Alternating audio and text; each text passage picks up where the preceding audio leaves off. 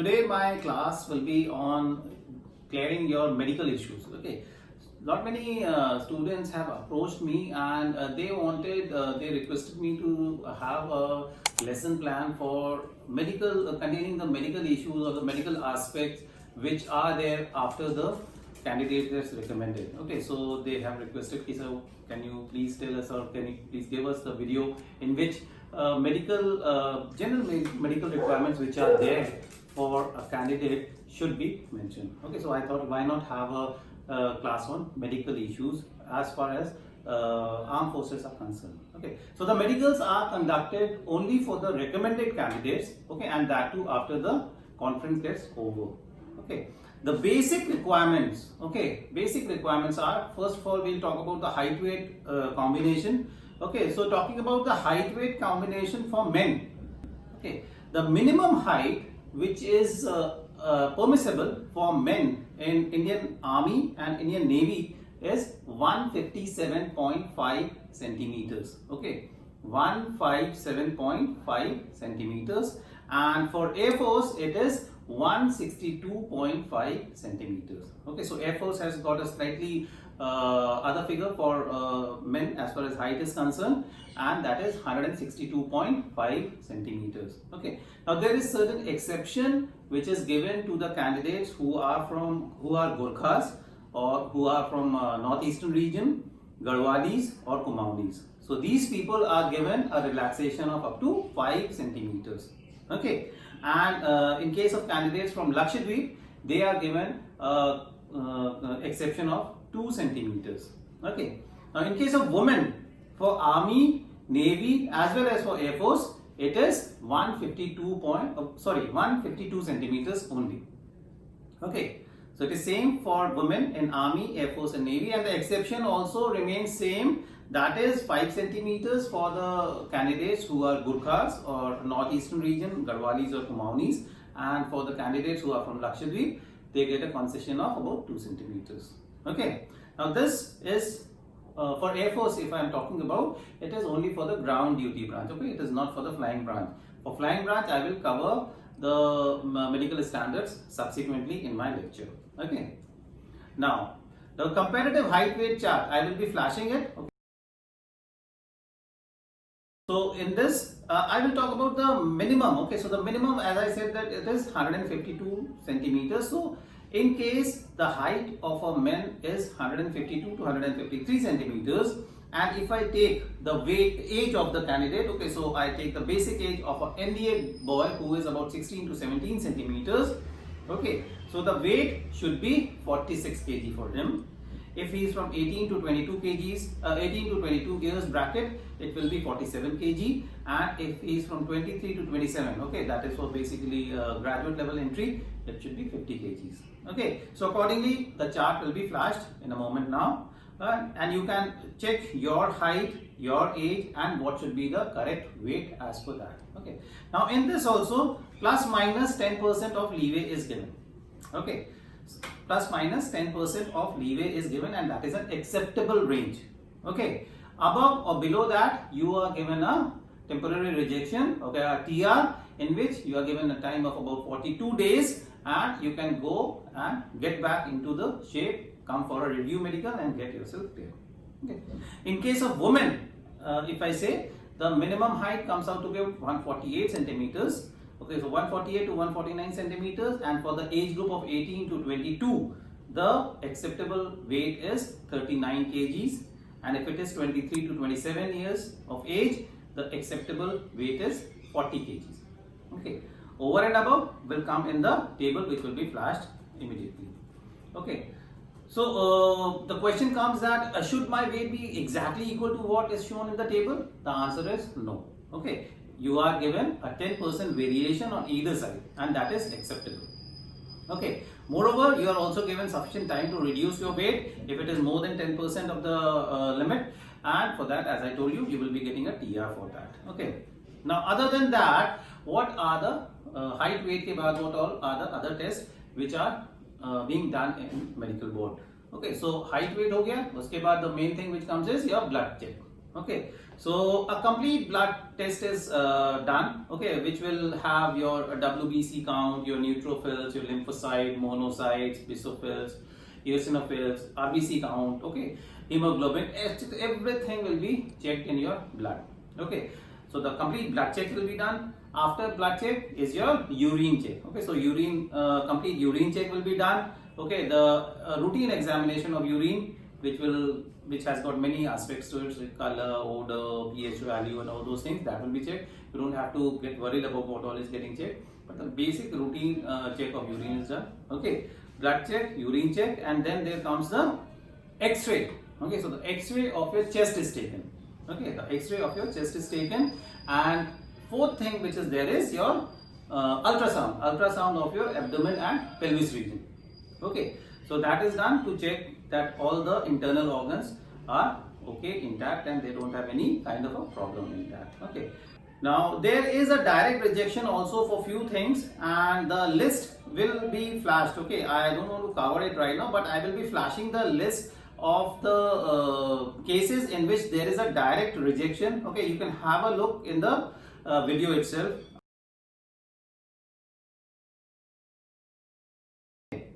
Now we come to the next thing, which is eyes. Okay, vision. Okay, so the vision standard, the basic requirement is that your uncorrected vision should be about 6/6 in both. Okay, the leeway which is given is for a myopia. Okay, for myopia less than or equal to -3.5 D. Okay, minus 3.5 D is your myopia consideration, and for hypermetropia the consideration is less than or equal to plus 3.5 D. Okay, and your color perception should be CP2 at least.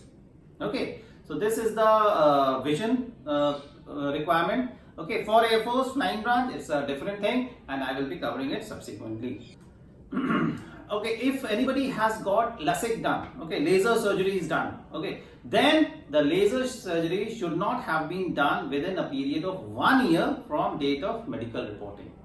Okay, if at all you want to get your vision corrected through laser surgery, okay, from LASIK treatment, then it should have been done 1 year prior to your medical board. Okay, so if you are keen and you are interested to join armed forces and you want to join it without any medical hiccups, then get your LASIK treatment done now, and thereafter you should plan it out that okay, I am getting it done now, and after 1 year I will be going in for SSB, and when I clear I will be going for medical boards, and that will be out of this 1 year gap. Okay, so it should be at least 1 year from the date of your medical boards. Okay, now comes the ear and hearing standards. Okay, so the hearing standard is you should be able to hear a whispering sound or a voice up to 610 centimeter standing with your back towards the examiner. Okay, so a distance of about 610 centimeters, and you should be able to hear the whispering sound with your back towards the examiner. Okay, so that is the check which is being done, and this is the standard which is being checked, and if you are able to do it, then your hearing or aspect is clear. Okay, there is also I will say people want to know about knock knees. Okay, what are knock knees? Okay, so knock knees has always been an issue of confusion amongst the aspirants. Okay, so how to check whether you have knock knee or not? Okay, so for checking it, you should follow the following steps which I am going to cover now. Okay, first thing is stand with both your feet joining with each other. Okay, so feet joining with each other. Now stand like this. Like, see my hand? It's like this. Now both the feet are joining and you're standing like this. Okay, now thereafter join your toes also from behind your toes. If these are the toes, then the toes also should be joined. Okay, joining your heels, it should be like this. Okay, now once you are standing like this, your ankle may or may not touch each other. Okay, so don't worry, your ankle is touching each other or if not touching each other, don't worry about that. Okay, and thereafter in your fourth step, now you have to check that there should be a very small gap, okay, such that a scale passes through it, okay, between your knees. Okay, and if the scale is passing through the knees, there is a gap. That means you don't have knock knee and you are perfectly fit for armed forces. Okay, so follow these 4 steps in your home only, and you will be able to check whether you have knock knees or not. Okay. Now, if there is no gap, there can be 2 reasons for it. Okay, one is the bone structure is such that there is no gap. So this is a case of permanent rejection. Okay, if the bone structure is such that there is no gap, then this is a case of permanent rejection in knock knees. And the second reason can be there is body fat instead of bones touching each other. Okay, now if this is what the doctors have seen, then this will be permitted on case to case basis. Okay, depending upon the medical advice being taken by the panel of doctors who will be examining you.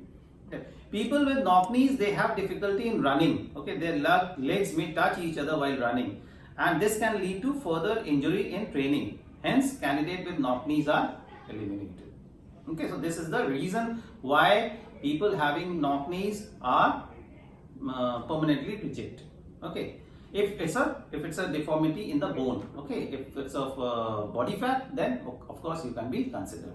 Okay, now comes the problem of flat foot. So what is a flat foot? Flat foot is a direct rejection. Okay, flat foot is a direct rejection. Okay, now for females, okay, basically for them the medical standard is a detailed menstrual and gynecological history in the form of a questionnaire is to be obtained from the candidate, and the female candidates are examined only by a lady officer. Okay, so they have got a questionnaire which you will have to fill up and give the details regarding your menstrual cycle and other things which are there. Okay, now we come to the flying branch. Okay, as I told you, for the flying branch in Air Force, okay, the minimum acceptable height for men as well as women is 162.5 centimeters. Okay, the minimum height for a flying branch for men as well as women is 162.5 centimeters. Okay, leg length minimum of 99 centimeters and maximum of 120 centimeters. Okay, so this is what your leg length should be. Your thigh length should be maximum of 64 centimeters, and your sitting height, okay, your sitting height, like I'm sitting right now, from my head to the bumps, it should be minimum of 81.5 centimeters and maximum of 96 centimeters. Okay, in the flying branch, this medical standards, no concession for age, sex or region is given. Okay, so these are standard. Okay, so no concession will be given to candidates from Northeast or Gurkhas or Garhwalis or Kumaunis or Lakshadweep as the height weight wale chart में जो भी दिया गया था. In flying branch, no concession is given. Okay, so these are the standard which should be there for a flying branch. Okay, those who want to become a pilot.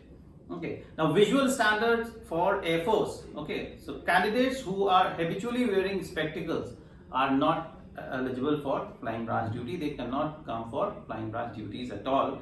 Minimum distance vision is 6/6 in one eye and 6/9 in another, correctable to 6/6, and that is only for hypermetropia. And color vision should be CP1. Okay, in ground duty it was still CP2, but in flying branch it is CP1. Okay, so certain standards are tough, I will say strict, because the requirement of the job is like that. Okay, other than that, I think basically I have covered everything. Okay, now I criteria in naval aviation. One more thing, naval aviation is same as that of Indian Air Force flying branch requirement. The exception is the limit of myopia in the worst eye can be minus 0.75D, and limit of hypermetropia in both the eyes can be plus 1.5D. Okay, this is the only exception in case of naval aviation. Okay, so candidates, this annual medical board, okay, which will be done after you are getting recommended and you are going for your medical board. Okay, so this is the first medical board which is done. If you have any kind of issue regarding medical aspects, you will be, depending upon case to case, you will be given a temporary rejection, for which you will be given a time period of 42 days. 42 days will be given to you, and you're sent back, correct whatever medical limitation or restriction was there, and thereafter after 42 days you can come for a review medical board. Okay, now review medical board can be in any of the command hospital or military hospital which is closest to your place, okay, place of residence. You can opt for it. There you can go get your review medical done, get yourself cleared, medically cleared, and thereafter your name will come in the merit list depending upon your performance. Okay, now in case in your review medical board also there is some problem, then you can apply for a special review medical board which is held in Research and Referral Hospital in Delhi. Okay, R&R Delhi. Now this will be the prerogative of the medical officers. If they feel like that you can apply for it, they will forward your case, and then you can go further on to Delhi and get yourself finally examined with. Now medical board in R&R is the supreme authority. If they don't clear you, then it becomes then you will not be considered for your consideration in armed forces. Okay, so this was as far as the general requirements of medical is concerned for you all, okay, to become an army officer or to become an air force or a naval officer. Okay, hope that everything goes well for all of you. Do well, get recommended, join the armed forces, and be a proud man and woman also. Yeah, thank you, candidates.